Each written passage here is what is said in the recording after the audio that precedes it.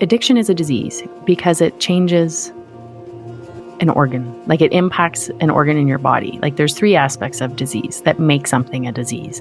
And one of those is that it impacts an organ in your body. So it impacts the brain.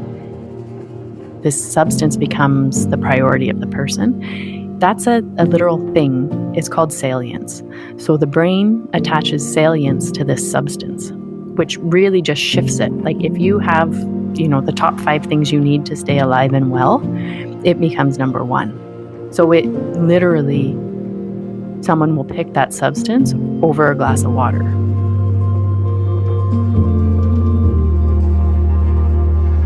The brain is amazing, and neuroplasticity, right? Like, our brains really have the ability to adapt and change and grow and continuously learn. Like, that's one of the things that there's research being done every day about neuroplasticity in the brain, and there's so much hope in this. So as much as there's scary things that happen when we become dependent on a substance, and it does impact our physical and mental health, but there's a lot of hope in recovery.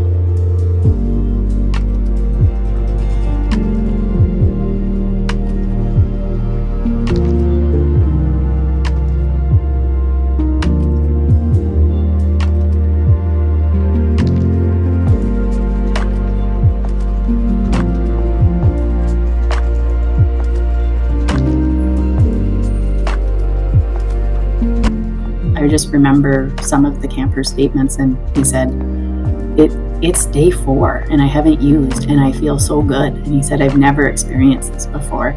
I've gone to detox centers and I can't even make it to day 4. But the experience they had was that their process of detoxing from the substances they were using was a lot easier.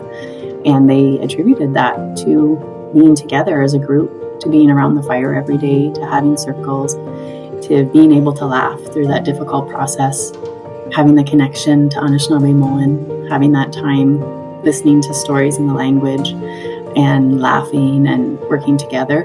They felt the land was able to help them in that process and prepare them for the rest of their recovery ahead of them.